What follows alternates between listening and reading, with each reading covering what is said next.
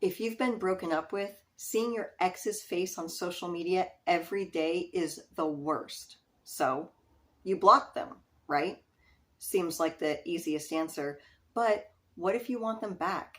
What if the breakup wasn't your idea and you're panicked because if you block them, it might make you look petty? Or worst case scenario, what if some time passes and your ex decides that the breakup was a mistake? But when they go to reach out for you, they realize that you've blocked them and they think you must have moved on, or at least you're trying to. You don't want to talk to them anymore. So they change their mind and they never reach out. Hello, friends. My name is Maria, and welcome to The Other Half, where we know that attraction isn't just about looks. We also have to take care of the inner half. And if you are stressed out about whether or not it's right for you to block your ex on social media, I'm here to help you with that decision today, because I've been in the dating arena for almost 20 years. I've been broken up with a time or two. Some of my exes I've blocked, some of my exes I have not. And I'm here to tell you the difference so you can do what's best for your mental health. So grab a bottle of nail polish, let me know in the comments what color you are showing your self-love with today, and let's talk.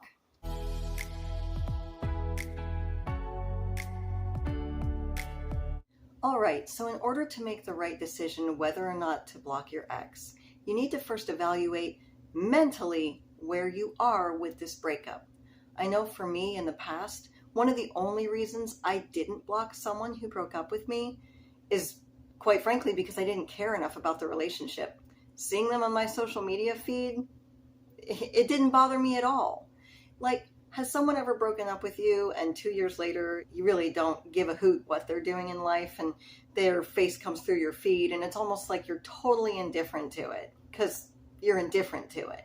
And if that's the case, you don't need to block this person. Seeing their face every day obviously doesn't have enough of an impact on your mental state to ruin your day. But I have a feeling the reason you clicked on this video probably isn't because you're doing just fine. And if anything, you might be a lot like me. Throughout the course of my dating career, I struggled a lot with letting people go, abandonment issues, dealing with rejection. I had loads of anxiety and limerence. For those of you who don't know what limerence is, it's like an addiction to unavailable people, and people who have broken up with you are definitely unavailable. And if you find yourself obsessing over people once they've broken up with you, I'm going to go ahead and put a link to that video down below. It's called Limerence, an Obsession with Unavailable People. I would highly recommend that you watch it. Now, if you struggle with these things to the point that you are doing the worst thing that you can ever do once someone breaks up with you, and that is reaching out to them, now it's time to really consider blocking that person. When you personally think about actually blocking your ex, does it bring up a fear in you? Like, it's so permanent, right? In reality, that's not true. You can block and unblock people as many times as you want. What you have to be careful of, though, is that you aren't doing that. Because if you block your ex as soon as they dump you and then you unblock them and reach out to them and then that conversation doesn't go how you want it to, so you block them again, you're going to look unhinged. And a lot of times in those cases, it sort of solidifies to the person in their mind that the breakup was a good idea. It doesn't shed a very good-looking light on you. But if you really struggle with anxiety, anxious tendencies, and limerence, if you cannot possibly trust your triggers that you will not block, unblock, reach out to this person, maybe you should start by taking a break from that person. I know a lot of social media platforms, you take a break from them. I've done that before. I didn't want to unfriend them and block them because I really wanted them back and I didn't want to look bitter and petty. So I went ahead and I just took a break from them. And that did help. But because I am someone who really struggles with letting go in breakups, and I, in the past, really struggled with controlling myself enough to have the boundaries not to infringe on the life of a person who had rejected me. Taking a break from them didn't really work for me in the long run because inevitably I would always go back after a day or a week or a month and I would stalk their social media page. And here's why that's a disaster, because when you see somebody that you really liked or loved out living their life seemingly without a care in the world about you, it triggers all kinds of confusing, nasty, icky emotions inside of you. You start to think about how good they look and how they must not have cared about you at all. It triggers all those nasty feelings of rejection, and it's like you're going through the breakup physiologically all over again. And that's when it gets to the point where it is time for you to block your ex. One of the worst things I used to do is I would get up in the morning and it was like a doom scroll of just seeing their face over and over again all day long on social media, especially of all these mutual friends. You constantly see their comments and things like that. My anxiety would get so activated that, especially on the very worst of days, seeing their face first thing in the morning would trigger everything in me to go ahead and just message them. Just ask them how they're doing. Ask them about their family. Send them a funny meme. Send them a funny joke. It's just one text. What could it hurt, right? It hurts a lot when they text you back and it's a total blow off, leave me alone text. I'm doing well. Family's great. Have a good day! ! Or they don't even answer you at all. And both responses feel equally as bad as the other. You're getting blown off. You're getting rejected. And here comes all of the feelings of the breakup all over again. It is a nasty, vicious cycle that you will never get out of until you stop caring what people who dumped you think. Your ex is going to think that you're petty. Who cares? This isn't about them. This is about you. This is about you and your life doing what's best for your mental health. Blocking someone who has made it clear that they don't care if you're in their life anymore isn't petty. It's you showing yourself that you love yourself enough to stand up for yourself. That's why I paint my nails. If you've ever wondered why I paint my nails in this video, it's because that was the thing I did to remind myself that I could change. I could change how I did my relationships so that I wasn't the one in the loser's seat anymore. And that was one of the big habits that I changed. Instead of waking up in the morning and allowing myself to be bombarded with my ex all over social media to start my day because I was too scared of what he would think if I blocked him, I blocked him. I sat down at my kitchen table and I painted my nails. And I painted my nails to show myself that I loved myself. I was doing something to care for myself while simultaneously, because my nails were wet, it kept me from texting someone who doesn't care about me, someone who let me go and doesn't deserve my attention anymore. They don't deserve to see what I had for breakfast or whether or not I'm going bowling this weekend. And once my nails were painted throughout my day, if I even thought about messaging my ex or going on social media and trying to hack something or unblock them, I would see my beautiful nails and it would remind me that I love and care about myself.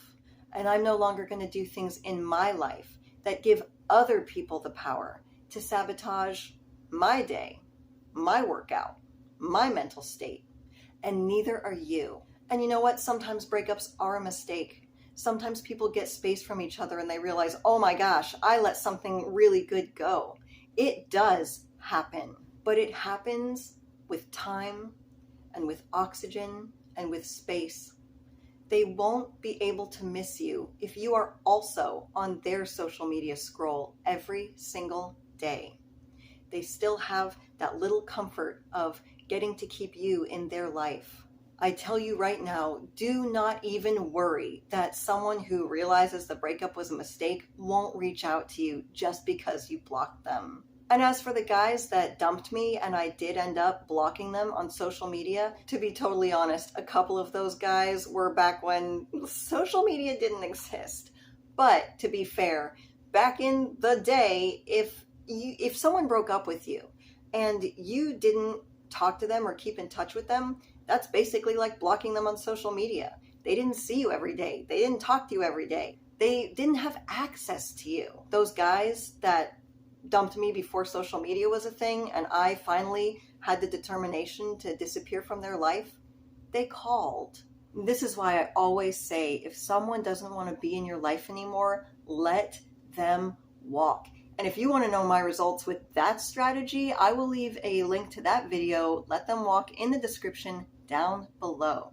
Now, as for the guys I did block on my social media that broke up with me, I was scared to do it. And you know what? I have no regrets, because once I did it, once I pushed past that fear, it was like a wave of relief washed over me. And you'd be amazed when you don't have to deal with the person who rejected you on a daily basis. I mean, you feel like a whole new person after 3 days. And in a couple of weeks, there's going to be no stopping you. You will be so glad that you did it. And as for the guys I did actually block on all my social media platforms, guess what?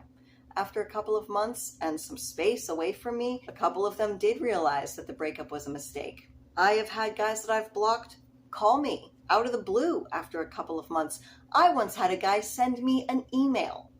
An email. This is what I mean. If someone wants to talk to you, they will. There are so many ways to get a hold of people these days. They dated you.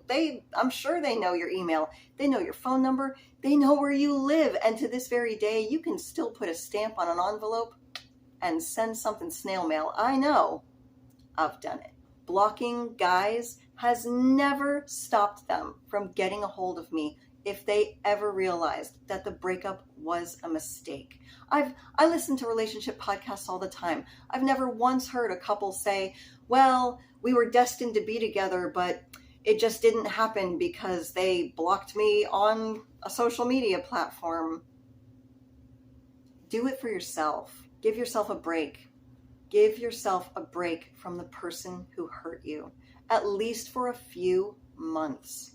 If seeing their face hurts you in any way, block them. Try to take a break from them first. And if that's not working for you, block them. I have gone back and unblocked people once I got over the breakup. And I knew I was over the breakup because seeing them, looking at their comments, looking at their posts, nothing.